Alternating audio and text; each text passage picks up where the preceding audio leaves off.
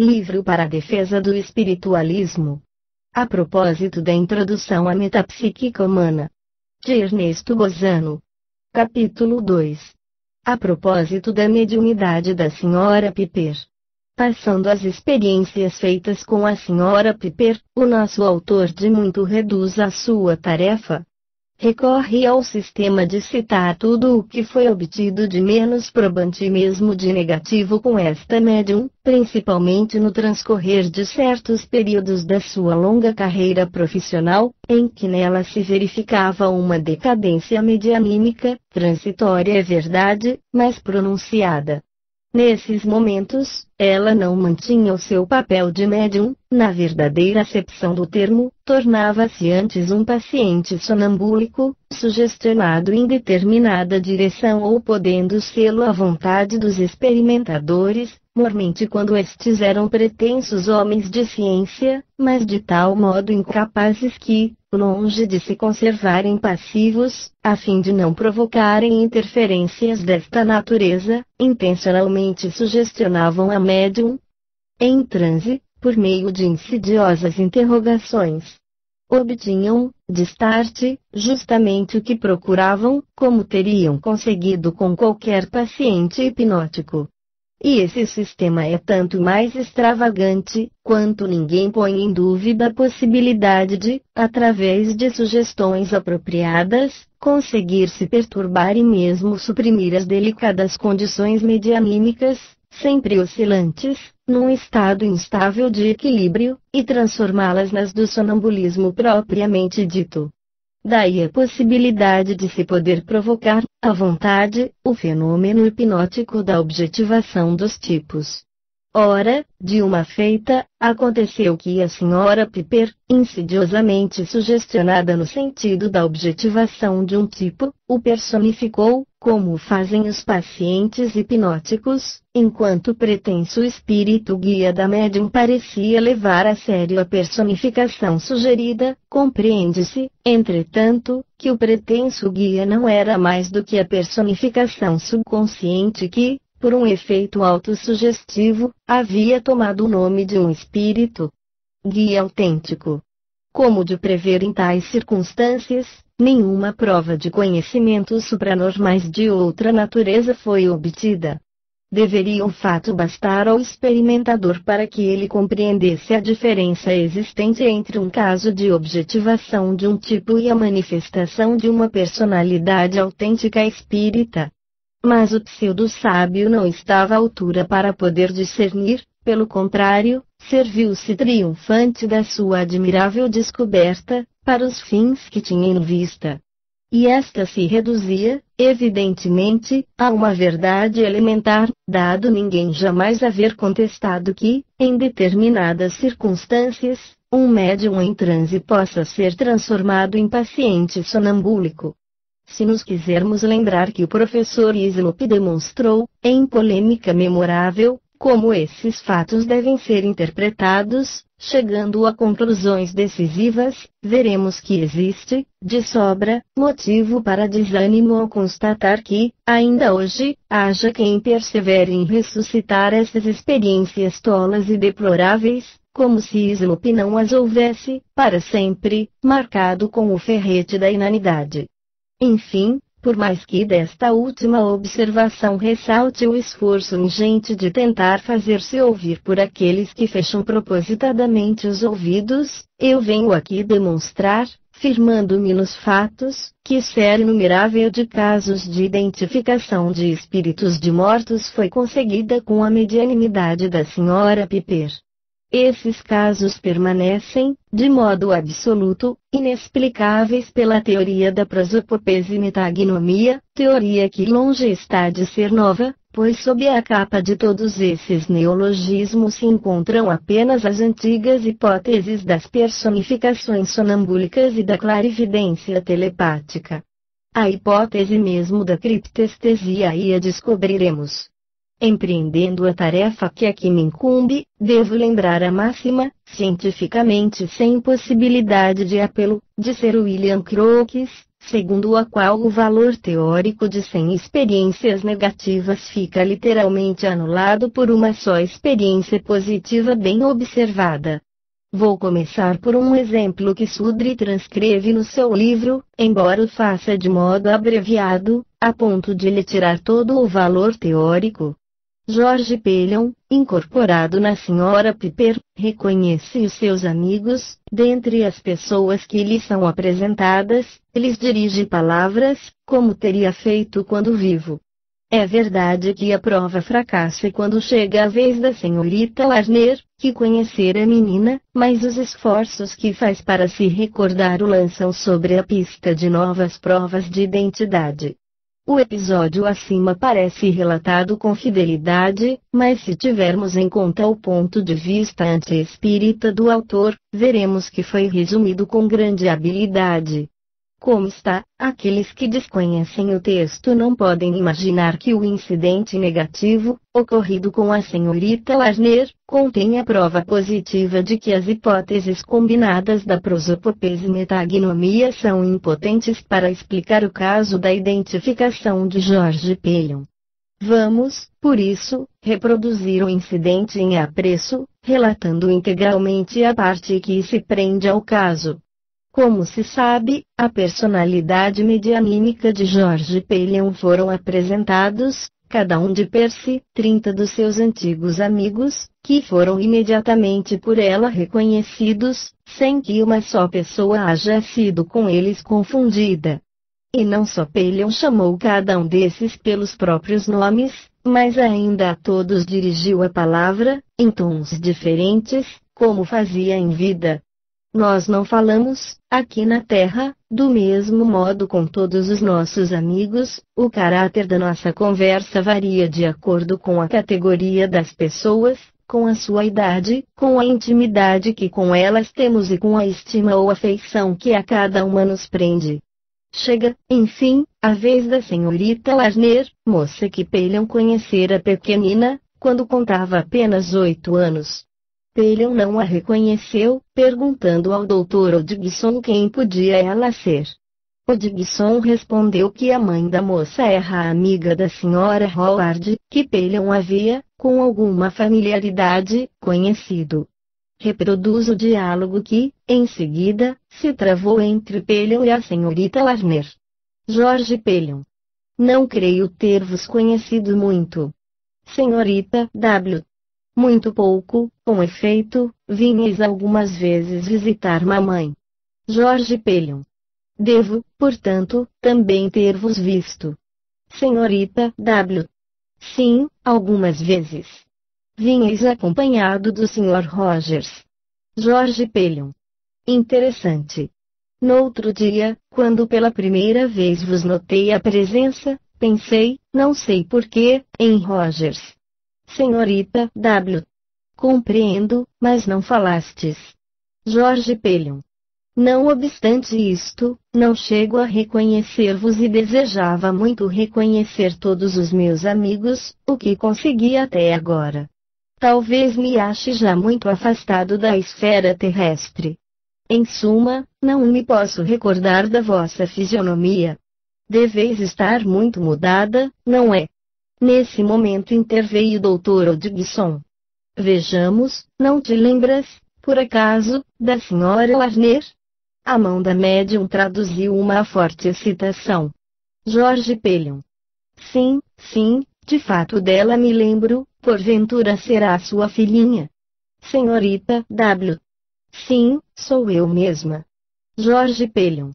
Meu Deus, como crescestes! Oh, eu conheci muito vossa mãe. Senhorita W. Realmente, ela apreciava muito vossa conversa. George Pelion. Tínhamos as mesmas aspirações. Senhorita W. Como escritores? George Pelion. Sim, precisamente. Mas então conhecestes o Sr. Marty? Senhorita W. Encontrei-me, de fato, algumas vezes com ele. George Pelion. Vossa mãe compreenderá o motivo por que a ele me refiro. Perguntai-lhe se ainda se lembra do livro que lhe emprestei. Senhorita W. Perguntar-lhe-ei, podeis estar certo. Jorge Pelion.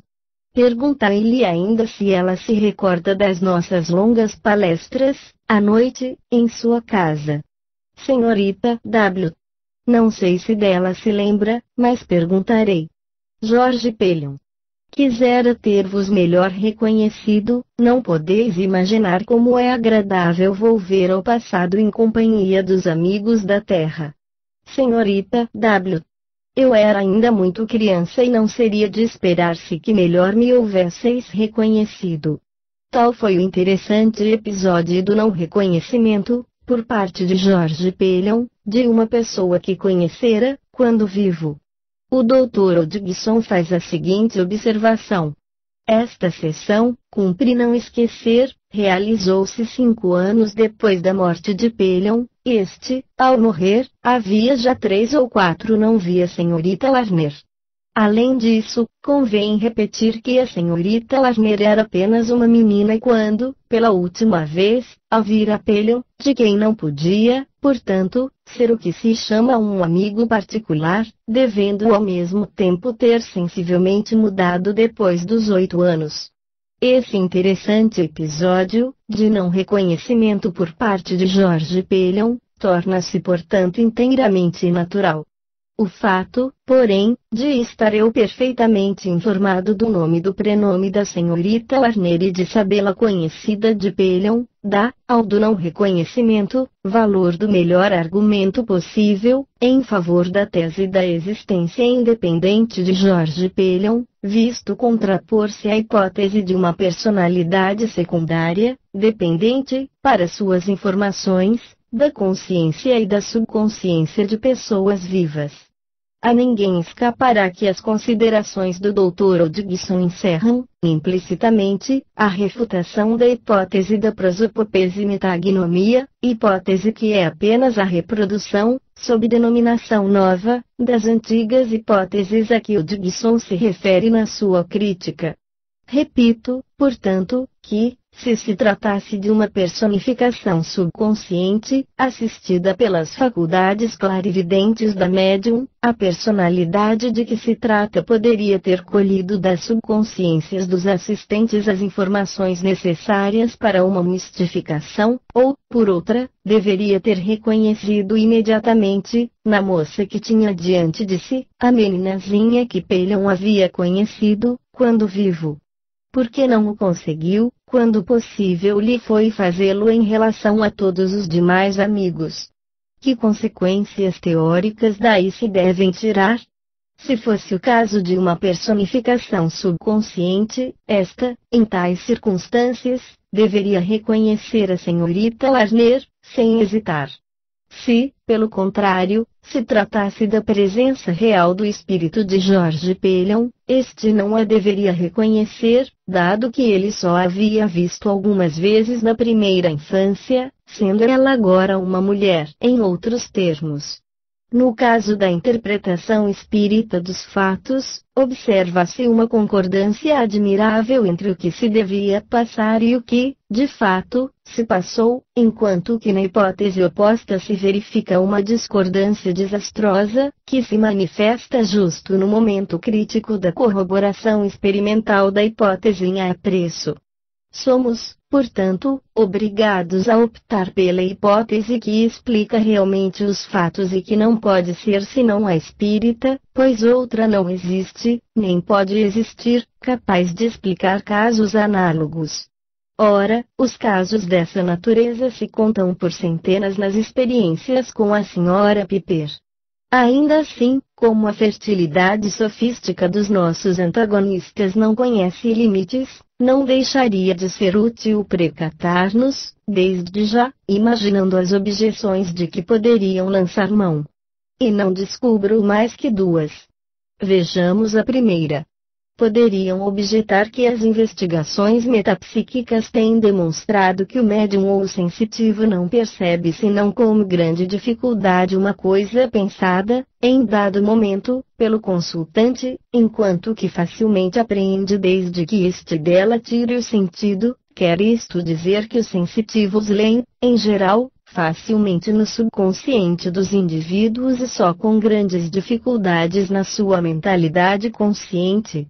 Poder-se-ia, pois, presumir que, no caso ora examinado, a personalidade sonambúlica não tivesse apreendido as informações pedidas, pelo fato de nelas estar pensando o consultante. A esta objeção especiosa respondo, que, se assim fosse, não haveria como explicar os 30 casos dos amigos, precedentemente reconhecidos, não obstante ter cada um deles em mente seus próprios nomes, prenomes, parentela e qualidades, exatamente como se dava com a senhorita Warner e com o Dr. Hodgson. A objeção assim formulada não se mantém de pé, tem contra si os fatos, que a deitam por terra. Abordando a segunda das duas objeções presumíveis, percebo bem que poderiam lembrar que, se a metagnomia existe, ou seja, metagnomia, conhecimento de fenômenos não perceptíveis pelos sentidos normais, ninguém afirma deva ela exercer-se permanentemente, donde a possibilidade de não haver ela funcionado no caso em litígio. Que seja. Admitamo-lo, embora aquele diálogo medianímico contenha coisas outras, que merecem esclarecidas, além do detalhe que nos prende, mas admitamo-lo, por um instante, ao menos para vermos surgir, formidável, a outra ponta do dilema. De fato, se para o caso que agora nos interessa a metagnomia não funcionava, qual a origem dos detalhes verídicos dados, de conta própria, pelo comunicante? Não há fugir. Ou admitimos que a metagnomia funcionou, então prova decisiva nos é dada da sua impotência para explicar os casos de identificação espírita, análogos ao citado, ou sustentamos que a metagnomia não funcionou, evidente se torna que as provas de identificação pessoal, fornecidas pelo comunicante, provinham do espírito do morto ou que, ali, se declarava presente. Para este dilema outra solução não existe. Tendo, de modo completo e decisivo, elucidado este primeiro caso contrário à tese prosopopese metagnomia e a todas as outras hipóteses naturalistas forjadas até hoje para explicar os casos de identificação espírita, venho trazer outros exemplos do mesmo gênero, tirados todos das experiências feitas com a Sra. Piper, limitando-me a fazê-los acompanhar apenas de certos esclarecimentos. Por isso que a todos se adaptam os comentários de ordem geral, que acabo de fazer. No caso que se segue, a circunstância inconciliável com a hipótese da prosopopese metagnomia consiste em que a personalidade comunicante se equivoca sobre a significação de uma pergunta a ela feita pelo experimentador e responde, citando fatos que, embora exatos e apropriados, não correspondem à pergunta, entretanto, retifica o erro, logo que o percebe. No correr de uma sessão, a que assistia o professor James Islop, manifestou-se uma entidade que dizia ser Carruthers, tio do professor. Pergunta-lhe este: poderás algo dizer-me sobre um passeio de carro que ambos fizemos, pouco tempo depois da morte de meu pai? Lembras-te, James, da epígrafe colocada? Colocada, onde? Sobre túmulo. Sim, meu tio, mas sobre que túmulo? Sobre o túmulo de teu pai. Sim, lembro-me perfeitamente. É a esse passeio de carro que te queres referir? Não. Aludes, então, à visita que juntos fizemos a Nani? Também não. Dize-nos o que se passou conosco durante um passeio. Ah! Julgava que aludias ao dia em que colocamos a epígrafe sobre o túmulo, mas vejo que estamos pensando em duas coisas diferentes. Deixa-me refletir. Queres falar da tarde de um domingo? Sim, meu tio, é isso mesmo. Recordo-me agora, e tu, lembras-te do acidente? Esta palavra está em lugar de ruptura, assim explicou o espírito guia rector, que, como se sabe, prestava-me a servir de intermediário, com o fim de facilitar as comunicações. Ruptura está muito bem, continua. Espera um pouco, James, eu disse que tinha havido uma ruptura e eu a liguei com Tomei a faca e fiz um furo, depois, como nos foi possível, consertamos as rédeas com um barbante. Aqui Hector intervém novamente, dizendo, ele experimenta tão grande emoção que eu não consigo apanhar-lhe todas as palavras. E logo depois a entidade Carruthers recomeçou a expor, em frases entrecortadas, mas de modo claro e minucioso, o incidente em todos os seus detalhes. O professor Islop comenta. Incidente do nosso passeio ao cemitério, para ver o epitáfio que havia mandado colocar no túmulo de meu pai, é verdadeiro e verificou-se 1 ano depois da morte deste. Mas eu o tinha completamente esquecido e dele só me lembrei depois que o espírito de meu tio a ele se referiu. É claro, pois, que absolutamente eu não pensava nele, quando fiz a pergunta. Uma circunstância interessante do diálogo está no fato de a entidade perceber em determinado momento que nós estávamos pensando em duas coisas diferentes e de assinalá-lo imediatamente. American Proceedings, volume 4, páginas 536 e 537. Trata-se, é certo, de um detalhe teoricamente importante, na sua espontaneidade sugestiva. Dá ele impressão do fragmento de uma conversa entre duas pessoas vivas, que se não houvessem, desde logo, bem compreendido. Esses incidentes parecem de pouca monta, mas sob o ponto de vista teórico têm alta significação em favor da existência real de duas mentalidades independentes, enquanto que se não poderiam de modo algum enquadrar dentro da hipótese da prosopopese metagnomia. Acresce que eles correspondem exatamente aos incidentes não menos insignificantes que, nos tribunais de justiça humana, servem para esclarecer os juízes e o fazem a ponto de determinar a condenação ou a absolvição do réu. Neste outro episódio análogo, a personalidade medianímica, dizendo-se Dr. Hodgson, engana-se sobre o sentido de uma pergunta que lhe é feita pela Sra. William James, esposa do célebre psicólogo. A Sra. James nunca havia estado em casa do Dr. Hodgson, enquanto ele vivo, e apenas uma vez, depois dele morto. Pensando nessa visita, perguntou-lhe ela. Podeis dizer-me quando estive em vossa casa? Vós, em minha casa. Para tomar chá? Não. Para consultar documentos, talvez? Também não. Quem sabe, então, se depois de minha morte? Sim, para buscar objetos que vos tinham pertencido. Muito bem, eis uma boa prova. Lord Piddington ligam grande importância aos incidentes em que me não posso lembrar das coisas que não aconteceram. Proceedings, volume 22, página 103. Esta última reflexão do Dr. Hodgson constitui um traço bem característico do experimentado psiquista, quando vivo.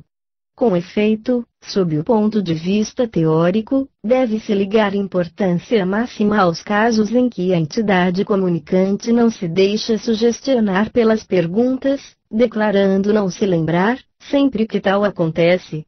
E quando se trata, como no caso supra, de um falso indício, que tende a insinuar ideia de incidentes pessoais precisos, esquecidos pelo comunicante, mas que, na realidade, nunca aconteceram, a coisa reveste-se ainda de maior importância, diante da sugestão, nesses casos, forte bastante para ser acolhida até mesmo por pessoas vivas e normais.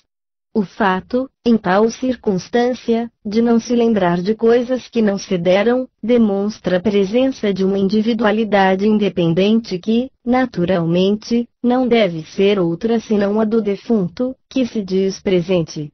Há ainda a observar a natural espontaneidade do diálogo. Já pela exclamação primeira. Vós, em minha casa, Hodgson mostra claramente não se recordar que a Sra. James tenha ido vê-lo, já porque, não confiando demasiadamente na sua memória de espírito comunicante, ele continua a questionar com certa perplexidade, como teria feito, com a maior simplicidade, qualquer mortal. Sob o nosso ponto de vista, é evidente que, se tratasse de prosopopese e metagnomia, a personalidade, neste caso mistificadora, teria imediatamente discernido a intenção da Sra. James, ao invés de procurar alcançá-la por meio do critério eliminatório. Seguem-se dois incidentes análogos interessantes que, pela preocupação de ser breve, exporei, aproveitando-me do excelente resumo feito por M. Sage, no trabalho por ele consagrado às experiências da Sra. Piper. Quando vivia no estado de Ohio, o Sr. Robert Hislop, pai do professor Hislop, tinha por vizinho um certo Samuel Cooper.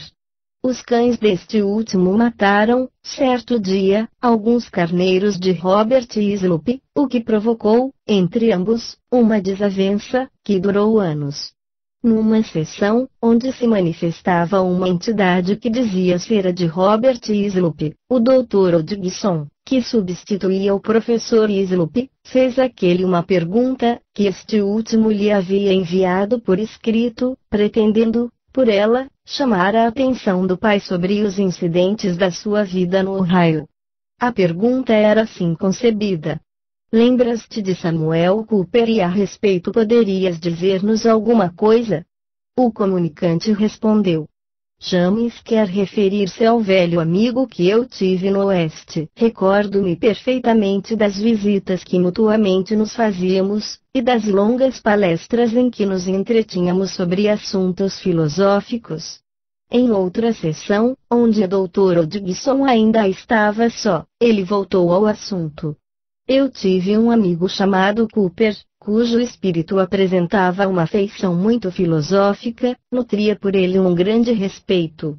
Tivemos ensejo de muitas vezes, como amigos, discutir, trocamos mesmo muitas cartas, algumas das quais guardei, que talvez possam ser ainda encontradas.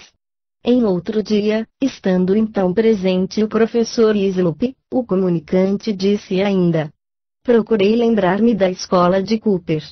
E no dia imediato, mais uma vez tornou.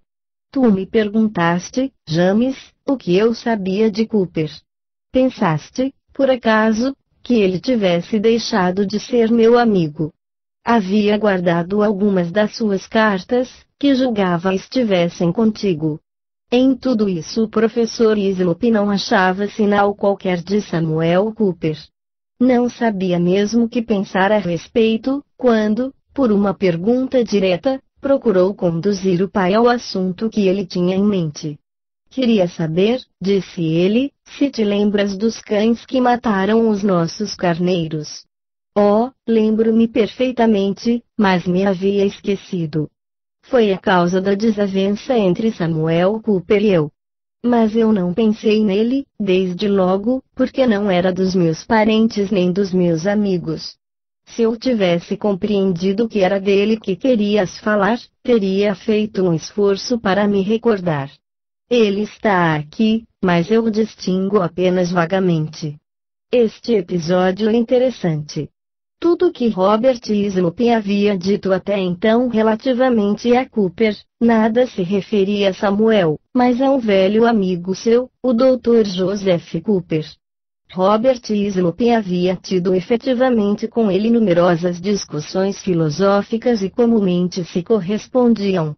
O professor Hislop talvez tivesse ouvido pronunciar o nome desse homem, mas ignorava completamente houvesse sido íntimo do seu pai.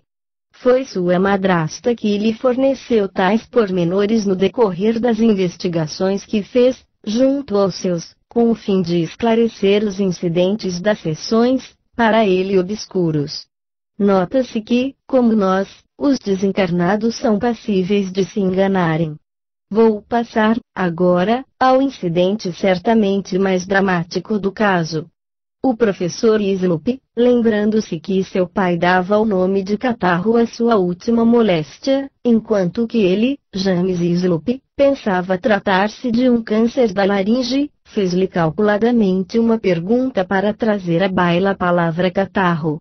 Para isso, serviu-se de um termo de que não temos o equivalente, tendo, ao mesmo tempo, dois sentidos, o que impede traduzir a pergunta ao pé da letra. Efetivamente, a palavra trouble tanto pode significar aflição física como mal-entendido. Deu isso lugar a um curioso equívoco da parte do comunicante, equívoco que a hipótese da telepatia dificilmente poderá explicar. Este, denotando grande espanto, disse: "Eu não me recordo, James, de jamais haver existido, entre nós, qualquer mal-entendido. Se me não falha a memória, tivemos sempre um pelo outro viva simpatia. Não me lembro de nenhum mal-entendido." Dize a que respeito cedeu ele, mas deves estar enganado, deve ter sido, certamente, com outra pessoa. Compreendeste mal, meu pai? Quero referir-me à moléstia. Ah! Então bem, isso sim, eu sofria do estômago. Não sofrias, por acaso, de outra coisa? Sim, do estômago, do fígado e da cabeça. Tinha grande dificuldade de respirar, meu coração, James, meu coração me fazia sofrer bastante. Não te recordas com que dificuldade eu respirava? Creio, mesmo, que era o meu coração o que mais me fazia sofrer, o coração e os pulmões. Tinha a impressão de que alguma coisa me constringia o peito e me sufocava, mas, por fim, adormeci. Um pouco depois acrescentou: "Sabes que a última coisa de que me lembro foi de te ouvir falar. Foste o último a falar. Recordo-me perfeitamente de haver visto teu rosto, mas estava já demasiado fraco para poder dizer alguma coisa." Este diálogo desconcertou o professor Islop, que viu baldados todos os esforços no sentido de obter do pai o nome da moléstia, que este julgava ter nos últimos tempos de vida. Só um pouco mais tarde, ao redigir a ata da sessão, foi que notou haver o pai descrito, em termos muito suas últimas horas de vida. O médico havia constatado uma dor no estômago, às 7 horas da manhã. Às 9h30 o bater do coração tornou-se menos sensível. Pouco depois, a dificuldade de respirar era enorme e o moribundo expirava. Cerrando-lhe os olhos, o filho, James Islop, disse: "Tudo está acabado." Foi o último a falar. Este incidente parece indicar que a consciência nos moribundos dura muito mais tempo do que, em geral, se pensa.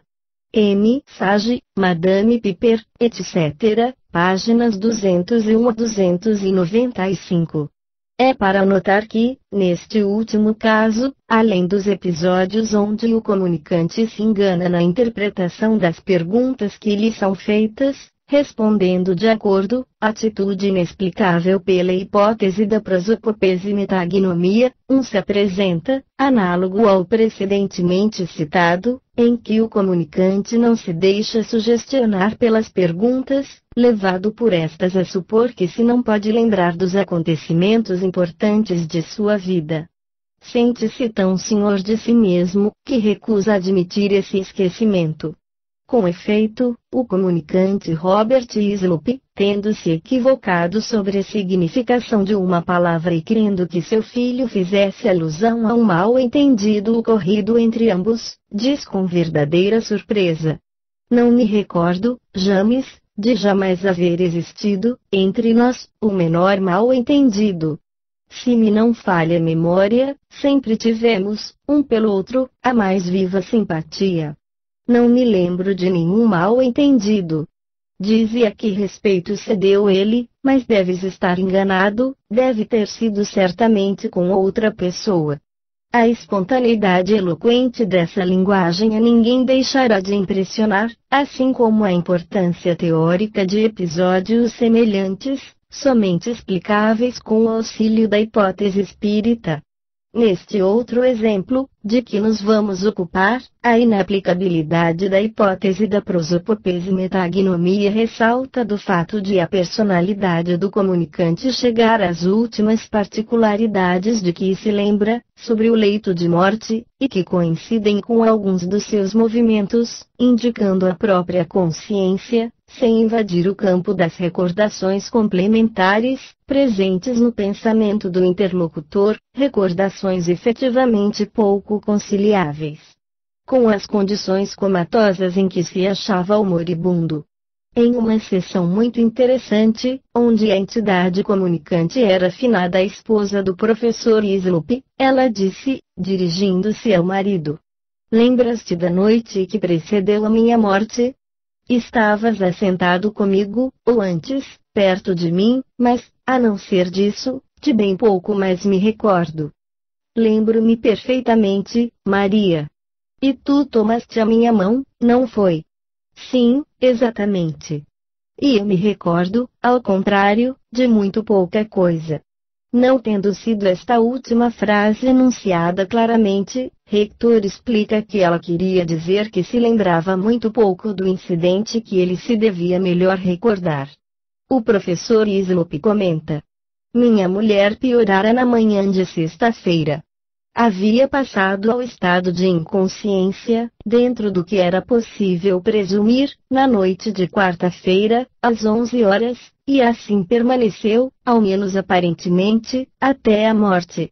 Na tarde de quinta-feira, se não me engano, o que não é provável, por haver de tudo tomado nota logo após o falecimento, achando-me à sua cabeceira, tomei-lhe a mão e fiquei surpreendido de constatar que, se eu fazia determinado sinal, ela demonstrava dele ter consciência, de modo evidente. Para não diminuir o valor de ulteriores alusões, da parte dela, e ainda possíveis, sobre esse incidente, abstenho-me de dizer como me conduzi nessa ocasião. Basta se saiba, por enquanto, que o conteúdo da mensagem é exato, parecendo apenas, como é provável e natural, que ela se lembra de bem pouca coisa além dos pormenores comunicados. Nestas condições, como poderia a telepatia chegar a circunscrever os limites do estado de coma, em que se achava a suposta comunicante, ao ponto de saber distinguir os detalhes conciliáveis com as condições em que se achava, daqueles que só por mim podiam ter sido apreendidos? Por que não fornecer os outros pormenores complementares? Por que parar tão oportunamente? American Proceedings of TSPR, volume 4, página 545. De fato, se pensarmos que os detalhes complementares estavam presentes no espírito do consultante, nem mais nem menos que os outros observados, não poderíamos compreender o mistério de uma seleção tão sábia da parte da prosopopese metagnomia. Longa já vai a lista dos exemplos que opus às malfadadas hipóteses aqui combatidas, resumirei, portanto, mais dois apenas.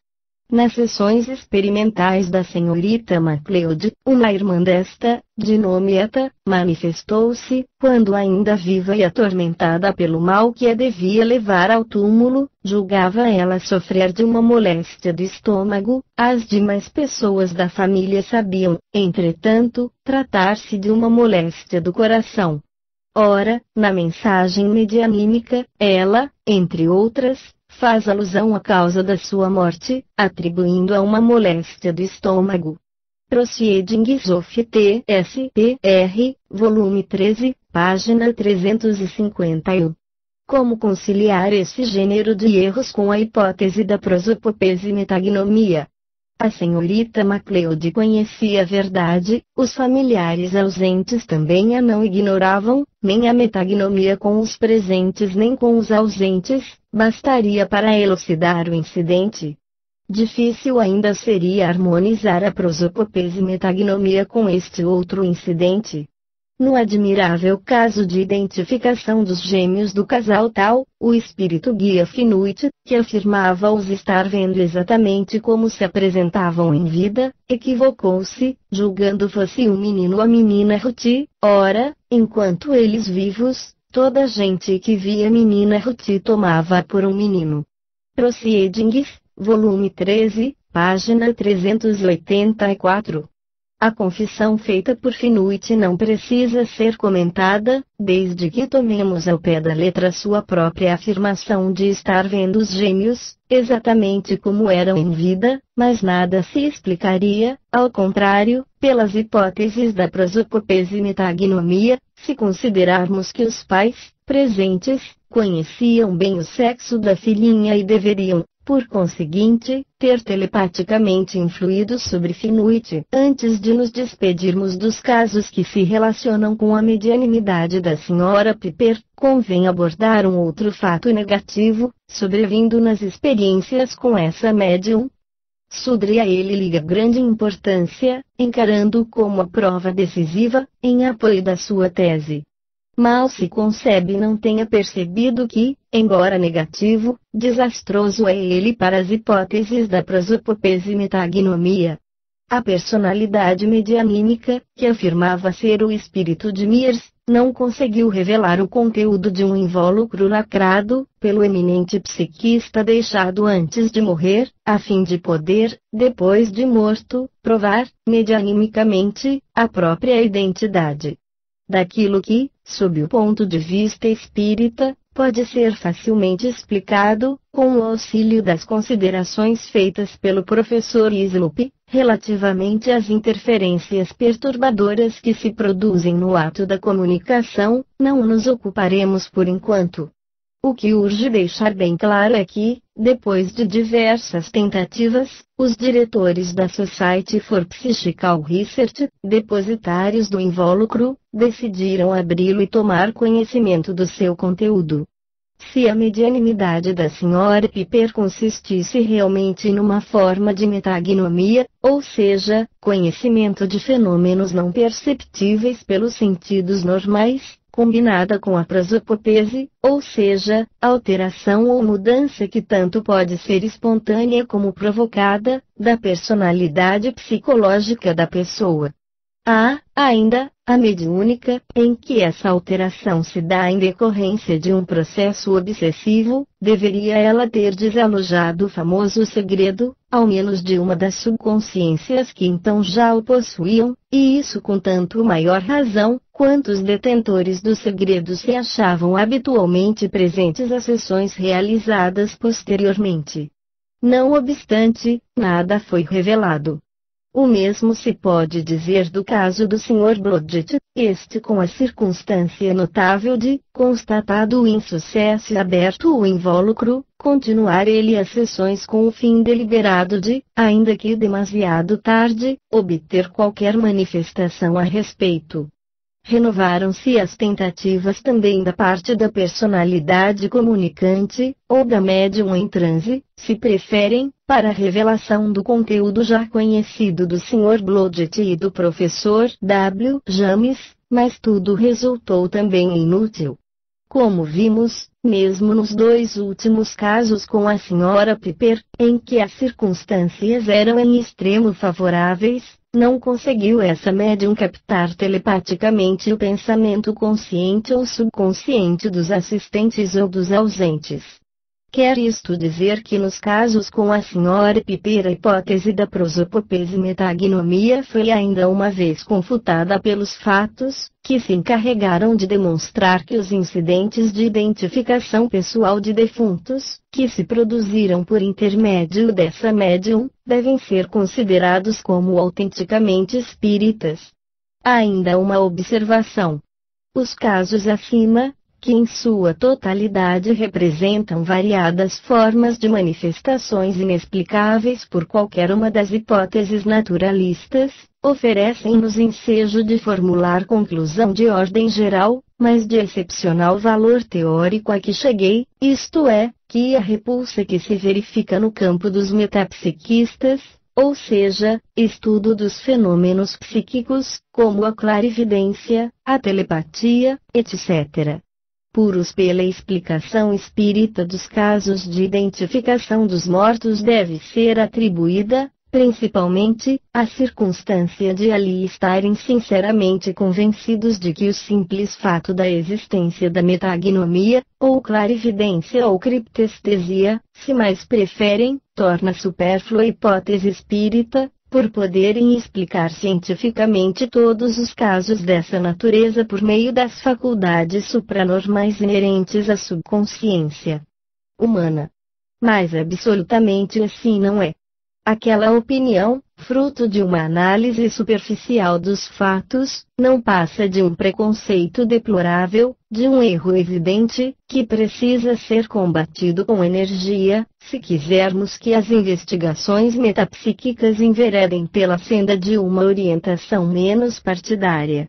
Vimos, com efeito, que em todas as circunstâncias análogas às que tive ocasião de citar, de casos de identificação pessoal de mortos, os mesmos não são absolutamente explicáveis pela metagnomia. Vimos, ao mesmo tempo, que nas circunstâncias acima referidas se podem facilmente discernir os casos autenticamente espíritas dos que não são, ou mais precisamente, dos que não apresentam suficientes garantias nesse sentido. Longe, portanto, de concordarmos que graças a prosopopês e metagnomia se conseguem explicar os casos de identificação de mortos, deveremos concluir que todos os casos de identificação de mortos, com episódios análogos aos que por mim foram aqui citados, devem ser considerados autenticamente espíritas, como experimentalmente têm sido demonstrados.